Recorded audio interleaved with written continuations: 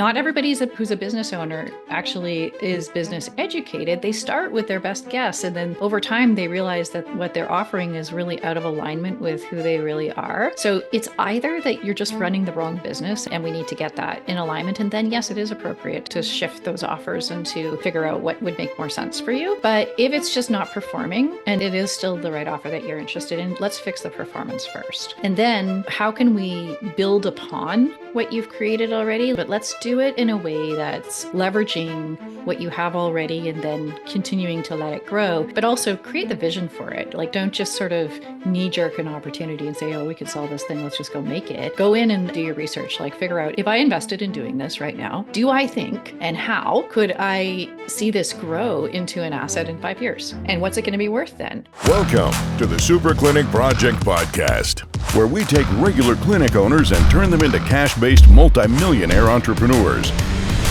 Warning, if you're a doctor who listens to this podcast regularly, you will make millions of dollars. Do not listen to this podcast unless you want to be a successful clinic owner who helps thousands of patients achieve their health goals and adds more money than you can imagine to your bank account. You've been warned. Welcome to the Super Clinic Project Podcast, where we take regular clinic owners and turn them into super clinic owners. I'm one of your hosts, Jennifer Gligoric, and today you're going to be here with me with a guest who is an expert at exits.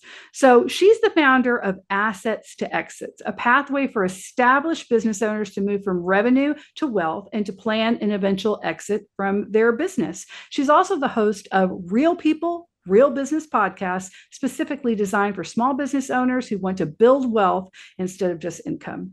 She works hand in hand with small business owners as well as consults with corporations to firm up their exit strategy. So let's give a very warm Super Clinic Project welcome to Stephanie Hayes. Welcome, Stephanie. Thanks so much for having me, Jennifer. I am excited. I'm very excited to talk to you. So our clinic owners, a lot of them, they don't even want, they're so in the hamster wheel of working, they can't even think about it. But in the back of their mind, they're like, one day, I'll probably have to sell this, or I want to get this ready, to be sold. They're not in a position of strength. They're barely keeping their head above water. In some of our clinics, they're the least paid person in their entire business, and they're just keeping their head above water. So tell me a little bit about what you do and how you help them if they're like, hey, I need to build strength in my business, or I'm going to want to sell it.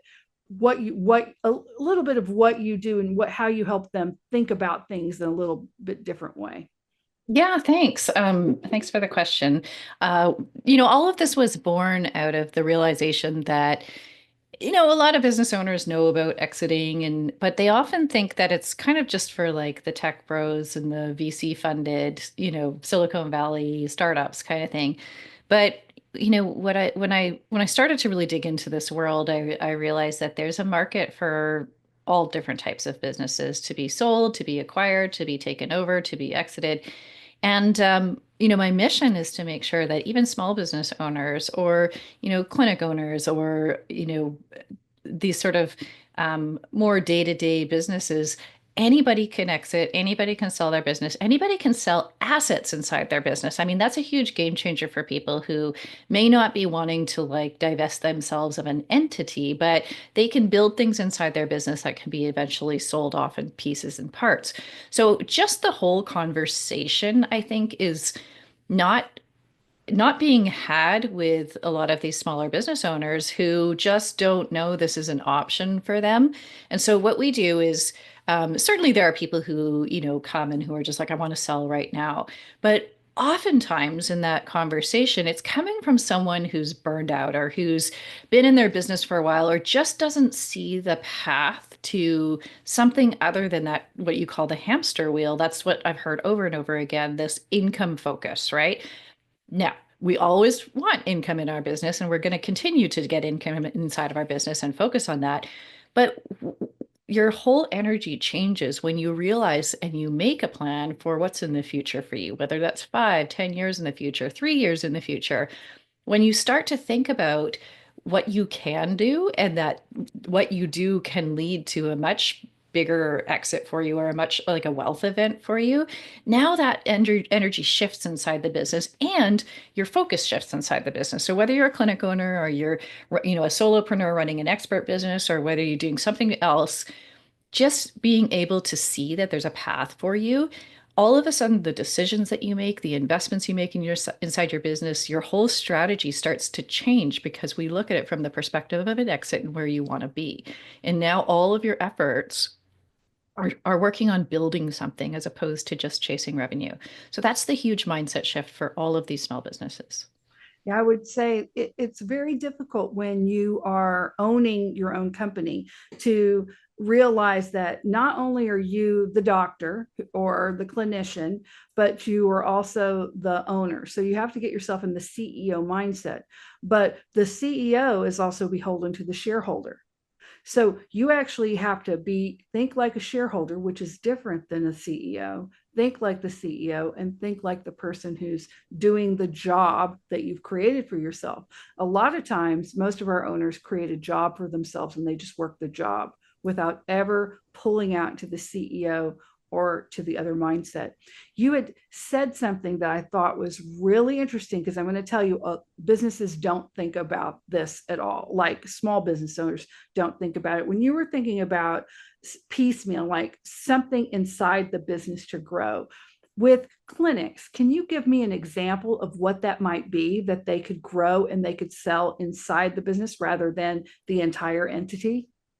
Yeah. So thinking about a clinic, I was just working with a dermatologist who has a laser and Botox clinic, and actually my son had to go in there to get some Botox done.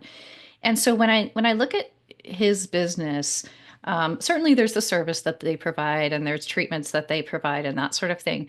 But they were also running these programs, which I thought were like straddling the sort of the medical programs or the medical services and what a lot of people are really interested in, which is a little more lifestyle. It's a little bit more like building up your wellness and that sort of thing. So certainly it's powered by their experiences and their services, but now they've packaged up this almost like this event that they hold on a regular basis that has a brand, and they're building a brand around it, and it's all information, right? It's information supplemented by products.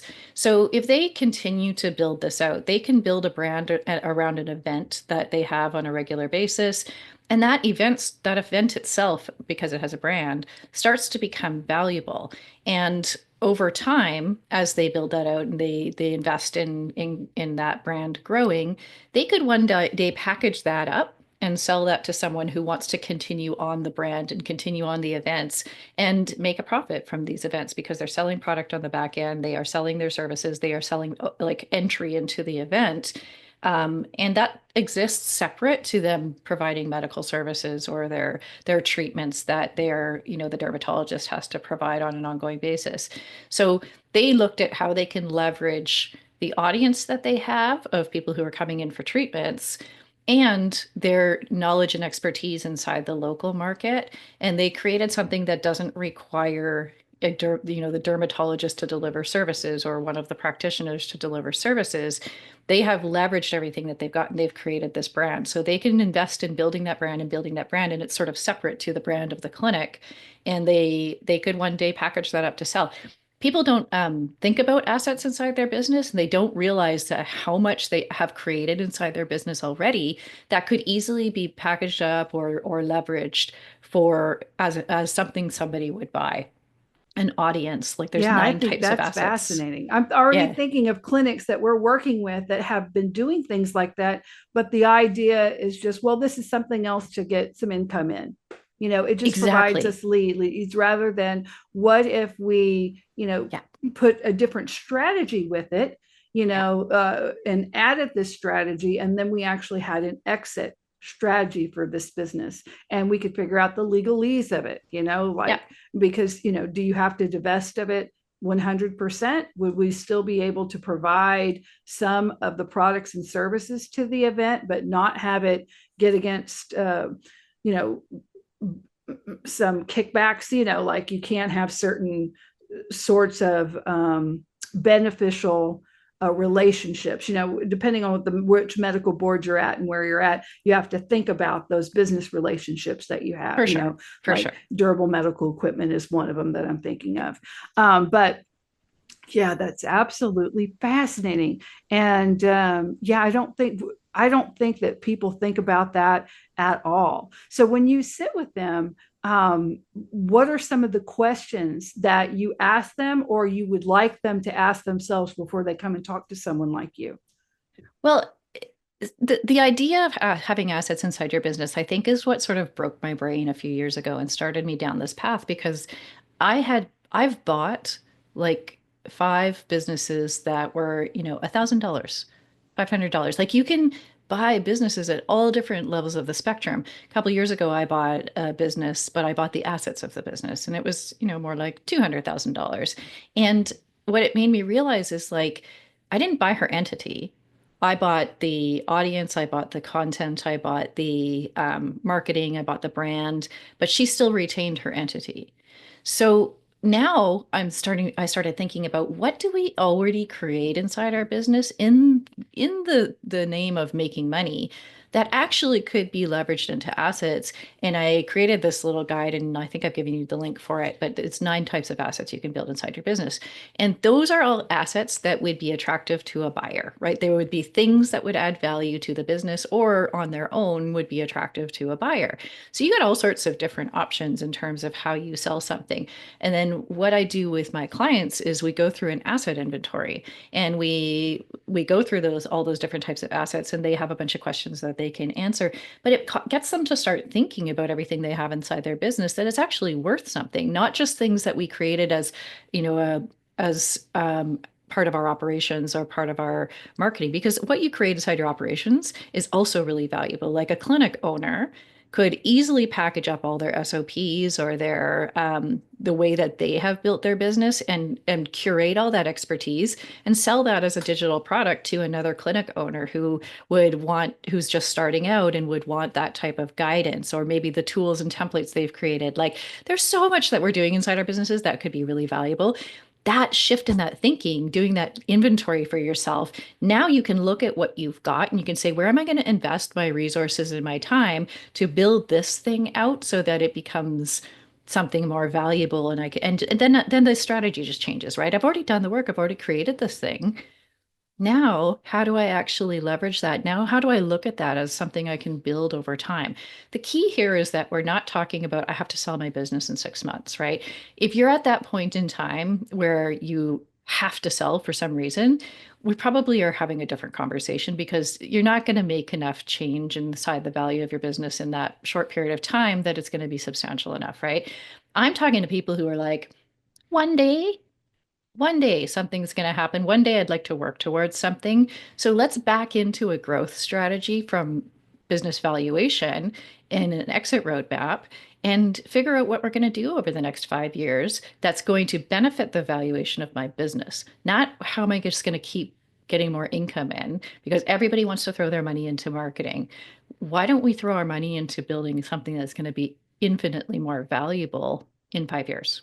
Yeah, exactly. So when we do our launch program, so I'm thinking about, the patient or client journey, right? Everyone wants to be focused on the very first client journey. How do we get them to even know who we are?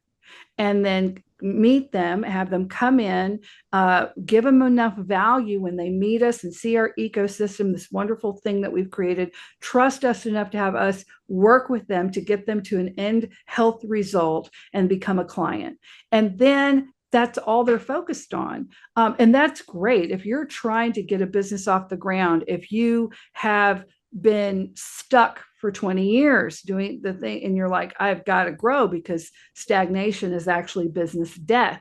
Well, that's where you should be. That should be your focus. But after that, there's all this work you can do on the rest of that journey. Every single visit they have, how many touch points do you have with them? Do you have, your upsells? Are there other things that you can help them with? Are you keeping them compliant? Are they dropping off after a while because they they get to a hard part, and it's the hard part, but you're not building anything into your system to get them over that hump, to get to the end, so that they commit, so they get this great end result. So you get 5-star reviews, and you start getting referrals, and you start having more opportunities, right? And then once they're done, is there wellness?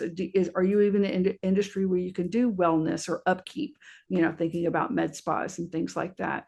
And once you get past that first client journey, there's a whole other world you can open up. But if you do not have a strategy, which is what Stephanie is talking about, then you're kind of shooting yourself in the foot. There should be a strategy for the whole thing until the end, so that you're consistently marching towards that goal that you have. And also, too, you can help motivate your staff along the way. It's just win-win for everyone. And Stephanie did mention that she has given us this incredible tool that we'll be giving to you as a download. And it's the 9 different types of assets in your business. So it's a tool that you can use to try to find gold in your business. And she's given it to us, and we will be giving it to you later on. So just asking, we get a lot of smaller clinics too. Well, I'd say not a lot, but maybe half, right? But of our clients and our listeners who actually ask the question, well, we're just such a small business, could we actually even sell our business? Oh, yes. Like I said, I have built, there are marketplaces for everything, right? Like I said, I've bought a business for 500 bucks. I bought a business for $200,000. Like there is a market for everything. Now, my goal would be to work with you to figure out how you build your business into something that's going to get you a whole lot more than what you do right now. But, I just want to make the distinction between business strategy and an exit strategy. So we build a business growth strategy from the perspective of your exit.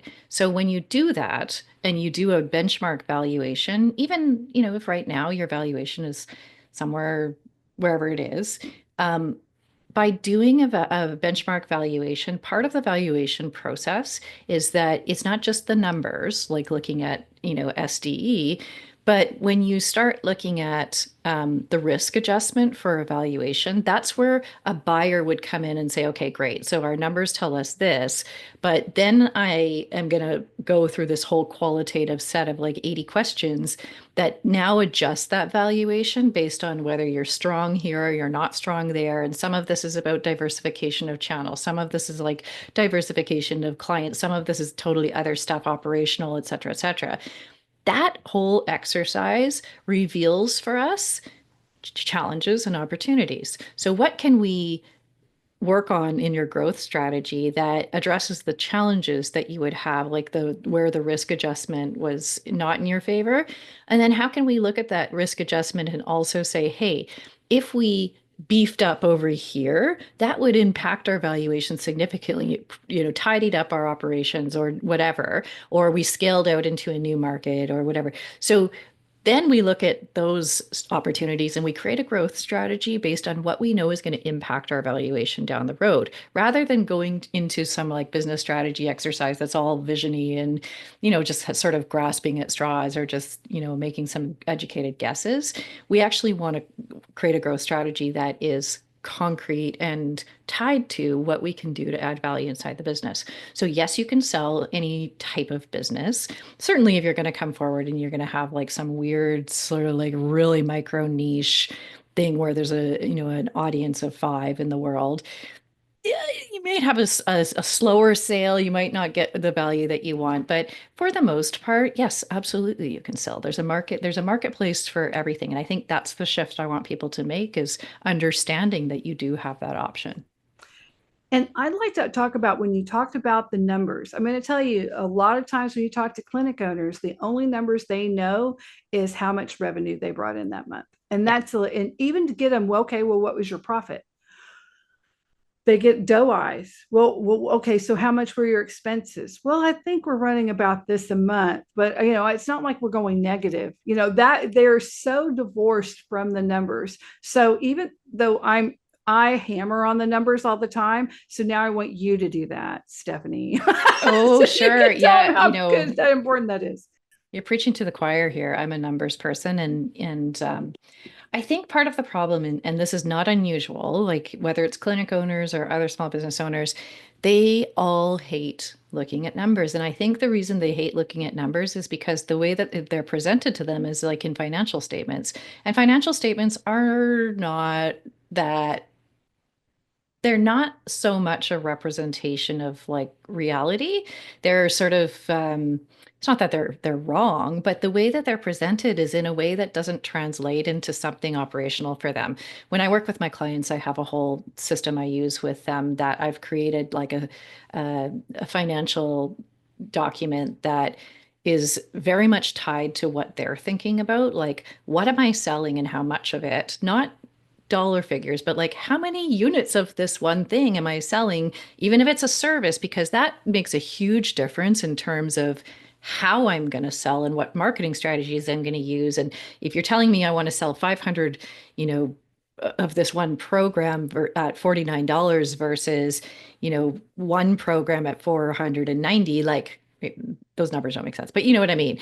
That's a Yeah. different marketing strategy. So Yeah, we what I, mostly do with core offers. That's we're trying to get people yeah, to yeah. 2,000, $2,500 and above core offer instead of, let's say, with chiropractors doing these little adjustments, and each adjustment they're charging the person for it. And people just come for a little while and then they just go to someone else because Right. there's not Right. this strategy to get them to an end result, Yeah. right? Yeah. And And I so mean, not that they're not trying to do that, it's just not built into what they're saying, the messaging, the process that people go through, yeah. When I do, so my background is actually in business model design and I'm Mhm. a business architect. And so I started out with building a whole business model design framework that creates alignment through the whole business model, right? So we start with who you are as a business owner, and we have to understand you as a business owner, and then the next layer is, what do I value and what do I care about inside my business, and then the next layer is who am I working with, and then the next layer is what are my offers, how do I price them, and we have to create that alignment all the way through. I have to know who I'm working with first, and I have to know that that person aligns with my values, and I have to know that my values align with who I want to be as a business owner. And then my offers and my pricing have to support that brand I've created. And then, the way my financial strategy, my sales strategy needs to support the offers and the pricing I've created. And then my marketing strategy needs to support the sales strategy I've put in place, and so on and so forth. So I think when it comes back to numbers, I think business owners they want to know their numbers, like they want to be conversant in them, but they don't have the right tools. Like they don't have the right view of their numbers. That don't like I look at a financial statement, and for me the numbers just open up a whole like view into the business, but very few people look at them that way. They look at financial statements, they're like, I don't know, this means nothing to me, but show me the numbers that are my sales numbers. Show me how many of whatever offer I have I've sold. Show me the correlation between my pricing and my numbers. Show me what it's costing me to do this strategy or that strategy. Show me it in a context that actually makes sense to me and make it available to me at any given time so I don't have to do a bunch of calculations. Then my business owner is going to be conversant in their numbers and they're going to see how valuable they are. But I think that this aversion to numbers is because they're just not accessible, and they're not accessible in a way that makes sense to how they think about their business. So for any of my clients that are out there, do the spreadsheets that I told you to do. I'm Because sure you've every created something that is Yeah, no, much yeah, we have the more, same yeah, thing that we're yeah, looking at. Very, what's the conversion rate? If we spend an ad, what is our actual return on ad spend? How does that translate between them, just a cold person calling you, to them actually showing up to where you have an opportunity to get them to build value with them as a human being. And then when you do that, how often are you able to convert? That's like one of the most basic things that nobody's tracking, and you kind of need to start tracking it. The numbers are important, but you don't know what you don't know. That's why it's important to talk to people like Stephanie, because if you don't know what you don't know, then you're not really sure what to track or where to get help or who on the staff can help you do that. And so you just go back to looking at your P&L and going, well, we had more money this month than we did last month. And then yeah, you're either happy about it or feel like yeah. you're not getting anywhere. It really doesn't help you make decisions, right? And this is a Mhm. place where it's worth Yes, having a financial partner, like not just a bookkeeper, but I have struggled to find someone good. And now that I have, that person will is like my thought partner who understands my business and can give me my numbers in a way that I want to see them. So if you have someone on your team who can live and breathe those numbers and put them in a format that actually makes sense for you and that gives you the information you need to be able to make decisions about whether we're, what's happening here. The numbers don't lie. The numbers tell you. And when you can look at your numbers and you get really comfortable with them and familiar with what they mean, now you can look at your numbers and you say, I there's a dip here and I can tell what the dip is because I'm looking at my other performance numbers and I can see that the problem was in this part of the customer journey. So obviously I've got a messaging problem, or maybe it's over here and obviously I've got a conversion problem. So the numbers will tell you where you need to fix what you need to fix when you become familiar with them. So preaching to the choir, know your numbers, love your numbers, start getting really familiar with your numbers because they are the thing that's going to empower you to make good decisions. absolutely. That's a great quote and just really words to live by. Thank you, Stephanie. And one last thing, because this, I can't believe it always goes so well, but I want to talk about shiny object syndrome because when we talk about exits and then looking for the 9 types of assets you might have in your business and how to build other assets, when you have a very strong business, the last thing you want to do is start creating all these different disparate businesses with inside of them. So how are you able to work with them when you've, like, let's say this event that you had talked about, that was still in line with their core offer. It was still part of their business. They weren't having to divest energy, resources, hire totally different types of people than they normally would to do this, right? So how do you help owners when you can get that to not just go off the bridge and try to create another company and then the rest of the company goes down? You know what I mean? Yeah, and like a lot of business owners have the tendency to be they have they have they have a lot of creativity and they like being in that role. So in some ways I actually think that we need to feed that a little bit and we need to give business owners opportunities to be creative and to explore new opportunities, that sort of thing. However, yes, the bright shiny object syndrome can completely distract you and I find people get distracted when they're in a place that they are feeling a little bit desperate, that they're feeling like they need to have a solution or they're feeling under pressure. And oftentimes that's not the right time to go and like create something new. Fix what you've got already. And if the problem is that you actually just don't like what you're offering in the business that you've built, which happens, right? Not everybody's who's a business owner actually is business educated. They start with their best guess, and then over time they realize that what they're offering is really out of alignment with who they really are. So it's either that you're just running the wrong business and we need to get that in alignment. And then yes, it is appropriate to shift those offers and to, figure out what would make more sense for you.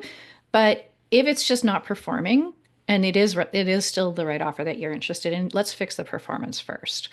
And then, how can we build upon what you've created already? Like I think the wholesale, I'm a brain surgeon and now I'm going into zookeeping, like those kinds of things are tough. It happens, but those kind of shifts are tough. But I like the incremental shifts where it's actually building on what you've got already. And Mhm. yes, we can create a whole new line of business, or we can create a new exploration. But let's do it in a way that's leveraging what you have already, and then continuing to let it grow, but also create the vision for it. Like don't just sort of knee jerk an opportunity and say, oh, we could sell this thing, let's just go make it. Go in and do your research, like figure out if I invested in doing this right now, do I think and how could I see this grow into an asset in 5 years? And what's it going to be worth then?